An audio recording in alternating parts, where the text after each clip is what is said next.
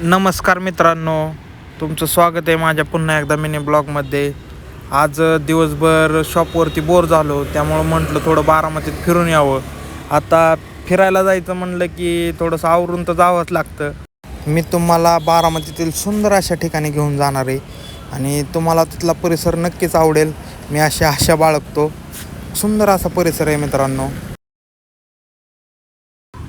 मित्रांनो, कसा वाटतोय माझा लुक हे मला कमेंटमध्ये नक्की कळवा. माझा लुक तर छान झाला आहे, पण शॉपचा लुक पुन्हा एकदा सकाळसारखाच बिघडला आहे.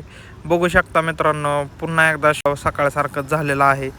जाऊ द्या, आल्यावरती आवरू. चला, ही बघा आपली गाडी इथं पार्किंगमध्ये आपण पार्क केलेली आहे आणि मी आलोय कॅनलवरती फिरायला मित्रांनो.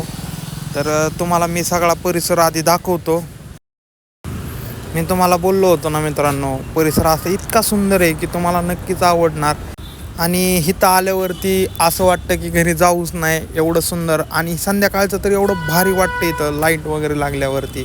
तर तुम्ही बघू शकता कसं सुंदर परिसर आहे बारामतीमध्ये. असे अनेक पॉईंट आहेत मित्रांनो.